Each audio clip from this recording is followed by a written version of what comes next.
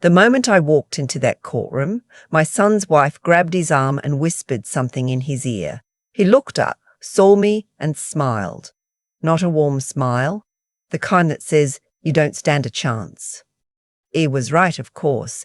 At least, that's what he thought. What neither of them knew, what almost nobody in that room knew, was that I had spent 31 years as a forensic accountant for the Department of Justice. I had unraveled financial fraud schemes that spanned 4 continents. I had testified before Congress. I had trained half the investigators currently working white-collar crime in the Pacific Northwest. But I walked with a cane now. My hair had gone fully white the year I turned 64, and my son, whose name is Caleb, had decided somewhere along the way that those 2 facts meant I was finished. I let him think that. For 11 months, I let him think exactly that. Let me back up, because none of this started in a courtroom. It started on a Tuesday afternoon in October with a pot of chamomile tea and a phone call I wasn't supposed to hear. I had retired 18 months before from a position I'd held for 2 decades, Senior Investigative Analyst, DOJ Financial Crimes Unit, Seattle Field Office. My husband, Frank, had passed 4 years earlier from a stroke that came without warning on a Saturday morning when he was reading the paper. We had 40 years together. I still reach for him sometimes when I wake up in the night. After Frank died, I sold our house in Bellevue and moved to a smaller place in Edmonds, a 2-bedroom craftsman with a garden I could actually manage, and a view of the water if I stood at the right window. I was not lonely, exactly. I had my friend Phyllis from church, my Tuesday book club, and my granddaughter, who was 12 and thought I was the most interesting person she'd ever met, which I chose to take as sincere rather than relative. My granddaughter's name is Juniper. Everyone calls her Junie. She is Caleb's daughter from his first marriage, and she has his eyes but none of his calculation. Caleb's wife, his second wife, married 3 years prior, is named Sasha. She is 37 to his 52. She has a way of tilting her head when she talks to you that looks like empathy but functions like assessment. I noticed it the first time we met, at the small dinner Caleb hosted to introduce her to the family. I didn't say anything. I'd spent 3 decades watching people perform sincerity, and I knew the difference between the real thing and the practiced version. I simply filed it away. For the first 2 years, Sasha was careful. She remembered my birthday. She sent photographs from their trips. She called me on Sunday evenings just to chat, though the conversations always seemed to circle back, gently, to whether I was managing on my own. "It must be so quiet out there," she'd say. "Edmonds is beautiful, but it's so far from everything. Do you ever feel isolated?" I told her I didn't. That was true. "I just worry," she'd say. "Caleb worries too. You're so independent, and that's wonderful, but, well, we just want to make sure you're safe." I told her I was safe. That was also true, though less relevant to her actual concern than she made it seem. The first real signal came in February. Caleb drove out to visit alone, no Sasha, no Junie, and spent an afternoon asking me questions that didn't quite feel like conversation. Had I looked into those community senior programs? Had I thought about whether the house was too much to manage? Had I spoken to my doctor recently about my blood pressure? "My blood pressure is fine," I said. "I know, Mum. We just want to stay ahead of things." That phrase, stay ahead of things, I turned it over in my mind after he left. In March, Sasha started calling more frequently. She began dropping in references to friends whose parents had gotten confused or needed more help than anyone expected. She asked once, very casually, whether I had a financial advisor I trusted and whether Caleb was still listed on any of my accounts, just in case. He was not. He had been years ago, during a period when Frank was ill and we'd wanted a backup, but I'd updated everything after Frank died. My accounts, my trust, my medical directives, all reviewed and revised. Sasha didn't know that. I started paying closer attention. The phone call I wasn't supposed to hear happened on a Tuesday in late October. Junie was visiting for the week fall break, and I'd been in the garden while she was inside doing schoolwork. I came in through the back door quietly, the way you do when you don't want to track mud, and I heard Sasha's voice from Junie's phone in the kitchen. Junie had stepped away to use the bathroom and left the call on speaker. I should have announced myself. Instead, I stood very still in the mudroom and listened. Sasha was talking to someone, a man from the voice, smooth, professional, the kind of cadence that comes from years of client-facing work. The assessment just needs to document a pattern, Sasha was saying, nothing dramatic.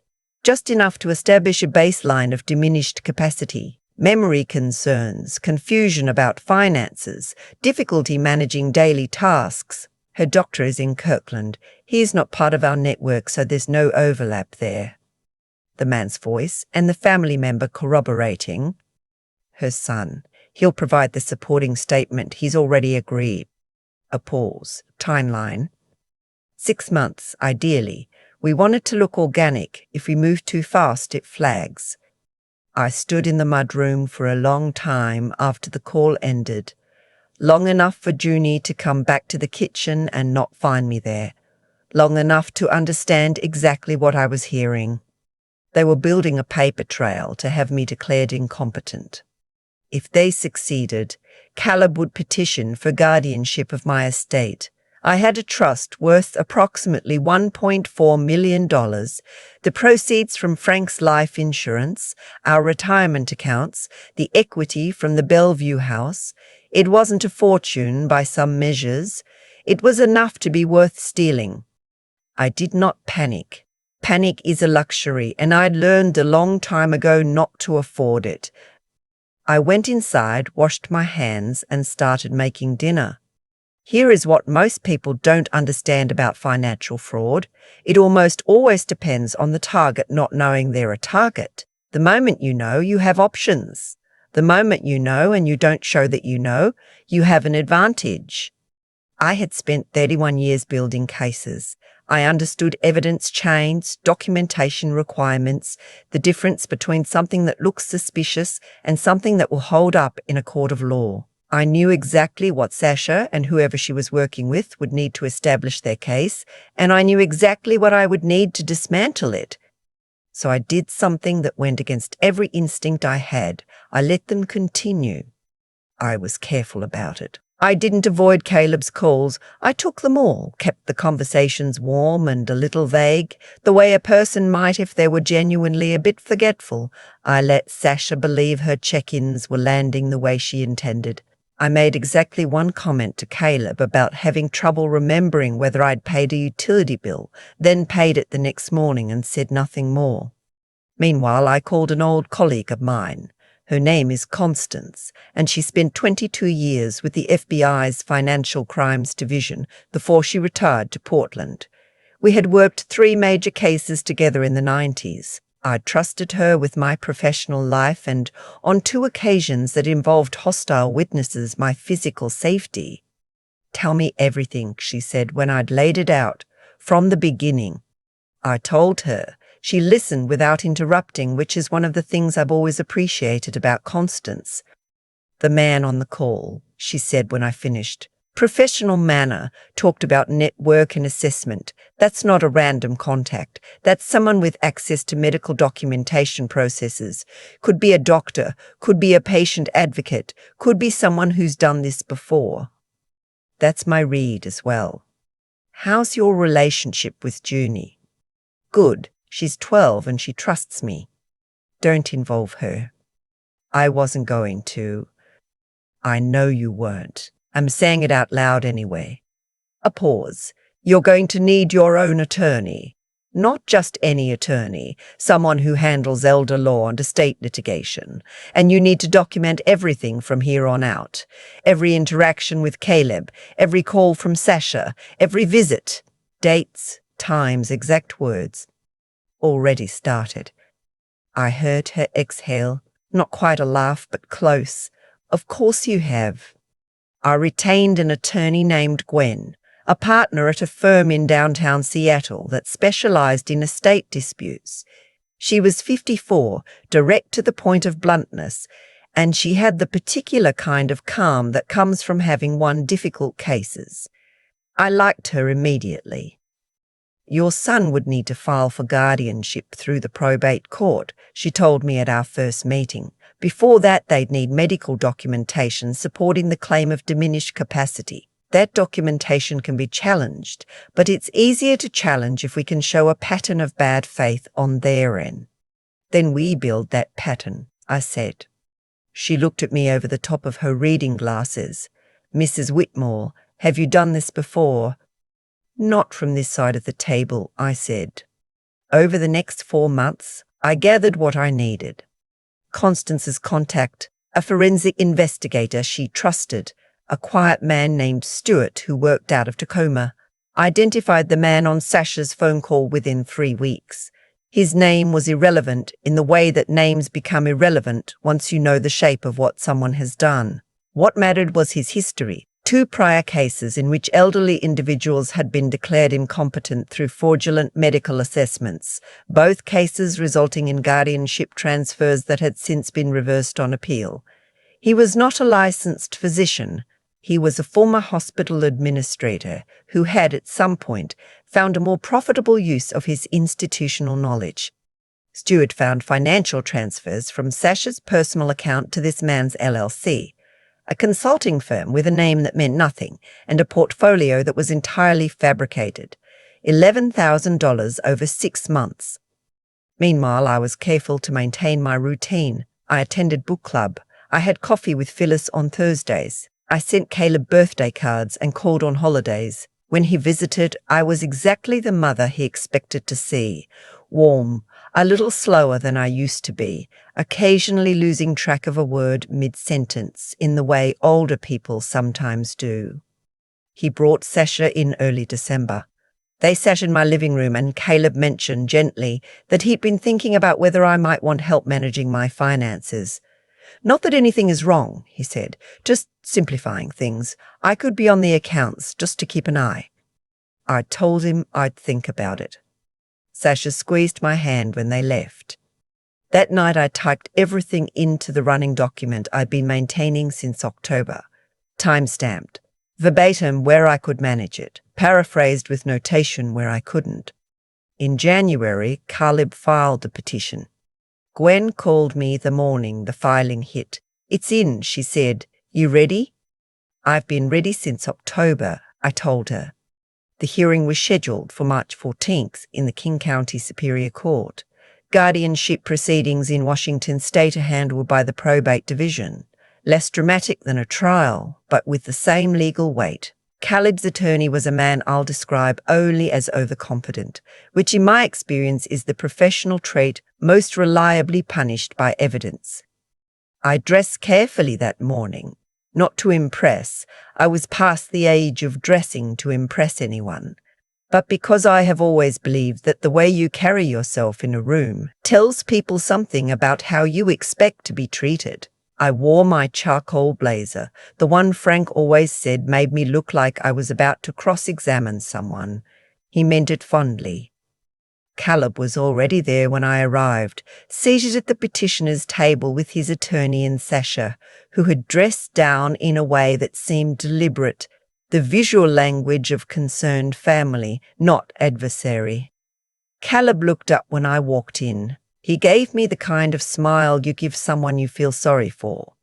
I took my seat beside Gwen and opened my folder. The judge was a woman in her late 50s named the Honourable Patricia Reese. I had done my research, 20 years on the bench, no tolerance for procedural games, a reputation for asking exactly the right question at exactly the wrong moment for the unprepared.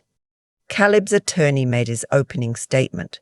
He spoke about my increasing isolation, my documented confusion regarding financial matters, and my inability to manage the complexities of a significant estate without support. He referenced a written assessment prepared by a medical consultant. The document Stuart had traced back to the former hospital administrator with the fictional consulting firm.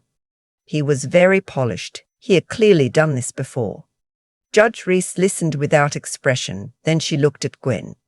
Gwen stood. "Your Honour, the respondent, Harriet." And then she stopped because I had placed my hand on her arm. "May I, Gwen?" She looked at me. We had discussed this. She gave one small nod and sat back down.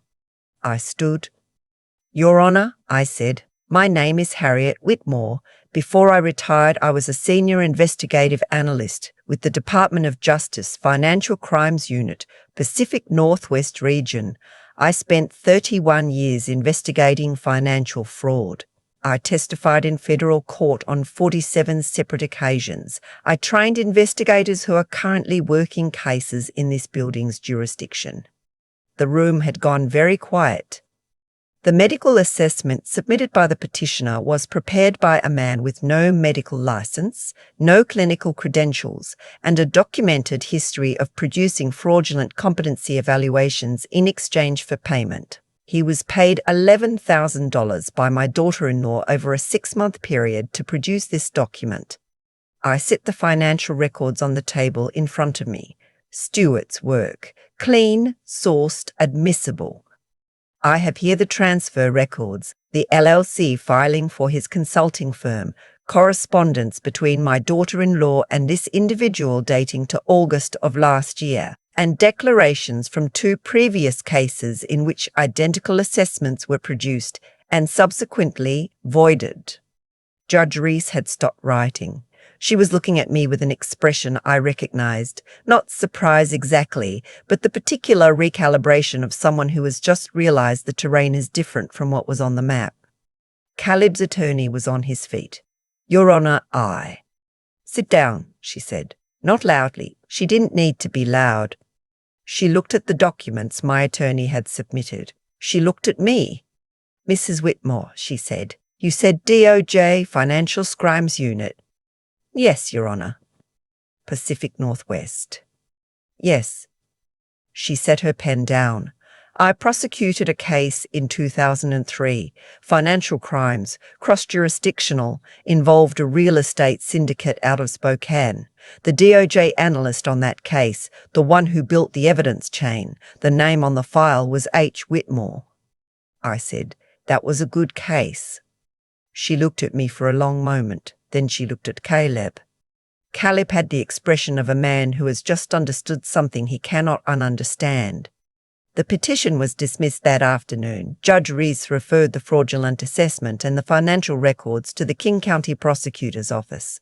Gwen told me afterward that the former hospital administrator was likely to face criminal charges. Sasha's exposure depended on how cooperative she chose to be. I didn't stay for any of that.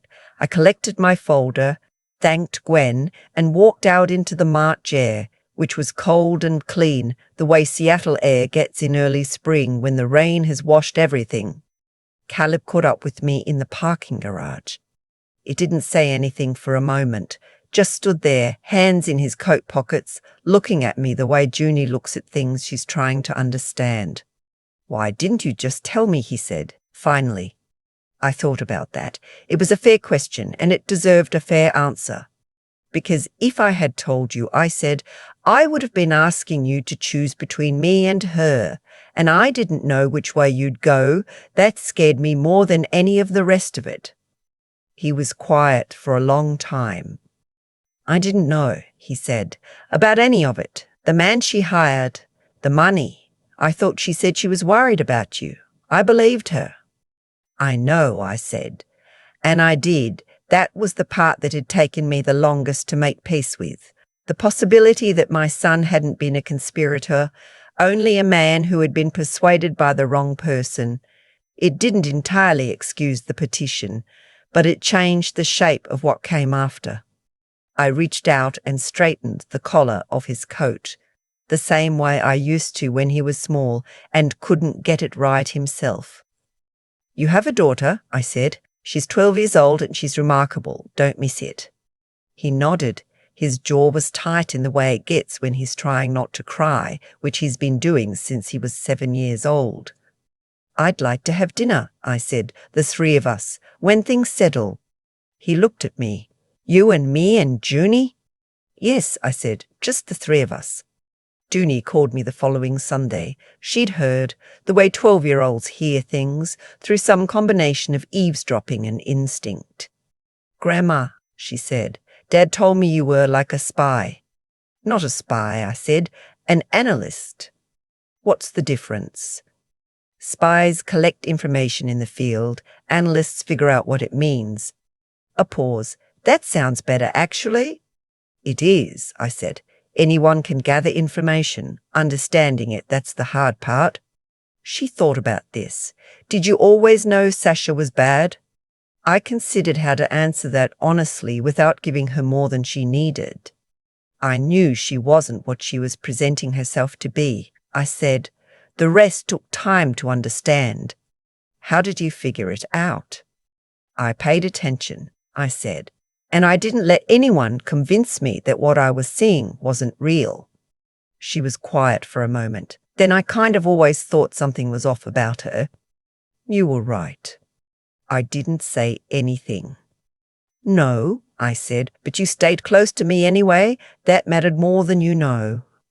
She made a sound, not quite a laugh, not quite a sob, somewhere in the middle. 12-year-olds feel things at a frequency that adults have mostly learned to suppress. "Grandma." "Yes." "You're kind of terrifying." I laughed. "A real one, the kind that starts in your chest." "Don't tell anyone," I said. "It only works if they don't see it coming." The water was still visible from my kitchen window that evening, a strip of grey-blue between the houses. I made chamomile tea. I sat at the table where Frank used to read the Sunday paper. I thought about what comes next, not with dread the way I might have a year ago, but with something quieter and more solid. I had spent 31 years making sure people who thought they were untouchable understood that no one is. I had believed that was behind me. It turns out that kind of knowledge doesn't retire when you do. It just waits for the moment it's needed again. And when that moment came, I was ready. I had always been ready. They just forgot to ask. I've been sitting with this for a while now, trying to figure out what I actually learned from all of it. Not the professional lessons. I had those going in, something quieter than that. What I keep coming back to is the morning after the hearing. I made coffee. I sat at the kitchen table. The water was visible through the window, that same strip of grey-blue I've looked at every morning since I moved here. And I thought about how close it had all come to going a different way. Not because they were smarter than me, but because I had almost let love make me slow. There's a version of this story where I say something to Caleb the moment I heard that phone call, where I confront him, where I demand answers, where I let my hurt do the talking. I know exactly how that version ends. It ends with him defending Sasha, with the fracture going deeper, with me having nothing but my own righteousness and a relationship in pieces. I've seen that happen to other families. I didn't want it to happen to mine. What held me back wasn't strategy, though it looked like strategy from the outside. It was something more basic. I refused to act until I knew the truth of the whole thing. Not just what I'd heard, not just what I suspected, the full shape of it. That restraint cost me months of discomfort. It bought me a case that held up in court and a son who is still speaking to me. I think about Sasha sometimes, and what it must take to look at an elderly woman and see an obstacle instead of a person. I don't say that with bitterness. I say it with something closer to pity, because that kind of thinking carries its own punishment. Every choice she made to deceive produced a consequence she didn't account for, not because the universe has a ledger, but because deception is structurally unstable. It depends on the other person not looking. The moment someone looks, really looks, the whole architecture starts to fail. She built her plan on the assumption that I was what she needed me to be. That was her only real mistake, and it was the one she couldn't recover from. I spent 31 years watching people make that mistake. Smart people, resourceful people, people who had covered their tracks in ways that took us years to unravel. What they all shared was a belief that they were operating in a world where no one was paying close enough attention. The work I did was, at its core, just paying attention, carefully, persistently, without letting impatience or ego rush the process. I didn't do anything in that courtroom that I hadn't done 100 times before. I just did it for myself this time. Junie asked me afterward how I stayed calm through all of it, how I kept visiting, kept calling, kept acting like everything was fine when I knew what was being built against me. I told her the truth. It wasn't calm exactly. There were nights I lay awake and felt every one of my 67 years. Nights I wondered whether I had the energy to finish what I'd started, whether it was worth it. What got me through those nights was uncertainty. It was the same thing that had gotten me through every hard case I'd ever worked, the decision to keep going one more day, not forever, just one more day. That's the only way I know to move through something difficult. You don't carry the whole weight of it at once. You carry today's portion, and then tomorrow you pick up tomorrow's. Caleb texted me last week, just to check in. He asked if Junie could spend spring break with me. I said yes before I finished reading the message. Some things, once they start healing, move faster than you expect. You just have to give them room.